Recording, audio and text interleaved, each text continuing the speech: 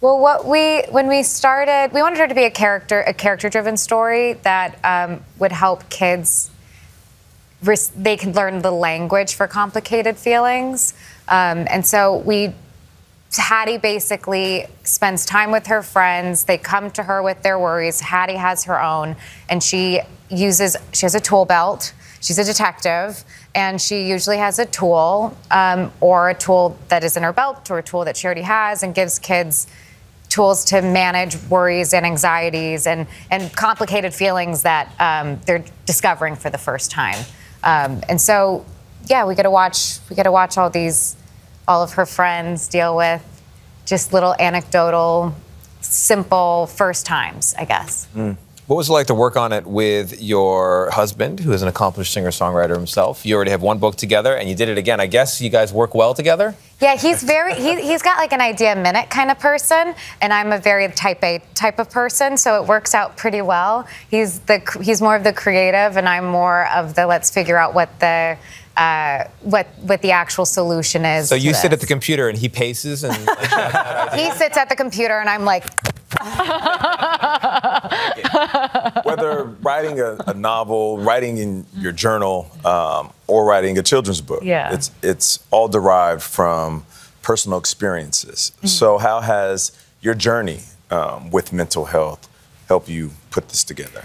I think it's been everything for me. As I wasn't an anxious kid, maybe I was, but as far as I am aware, I wasn't until I became an anxious adult who had my own journey with that. And so there are tools Where did that come from as an adult? I don't know. I didn't know if it came from an actual vertigo experience that caused my brain to spiral, and then that became its own habit.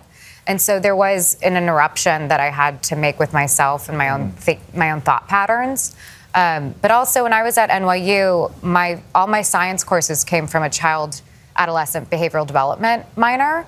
And so there's already kind of this baseline that I was very curious about children's behavioral patterns. And so there's a bit of that and a bit of personal. I love being an academic, and I wish I kind of live in school.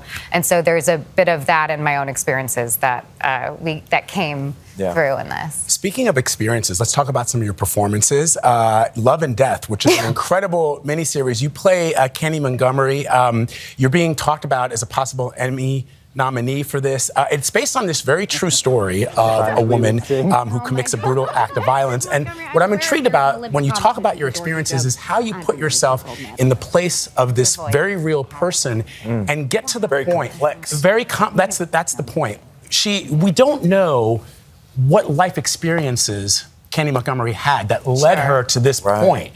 Do you explore that as you begin to think about how to play the character? Yeah, I mean, it's really funny talking about that character along with the children's book, because they couldn't be more disturbingly further apart in a way. And then oddly, they have some sort of connection, because the show and the story of Candy Montgomery actually goes back to childhood trauma in a way. Right. And so for me, with characters that seemingly make morally confusing decisions, I like to think of them as puzzle pieces that I can have empathy for, instead of, it's really easy to quickly judge a character before you start trying to become them. Right. And then with your own character building, you try and understand someone's moral value system that leads to those moments, and what is it in their lives that made them the people they are, that when they're in these situations, they make the choice that maybe you don't think that you would. We call that range. Your range in acting and this incredible book, Hattie Harmony.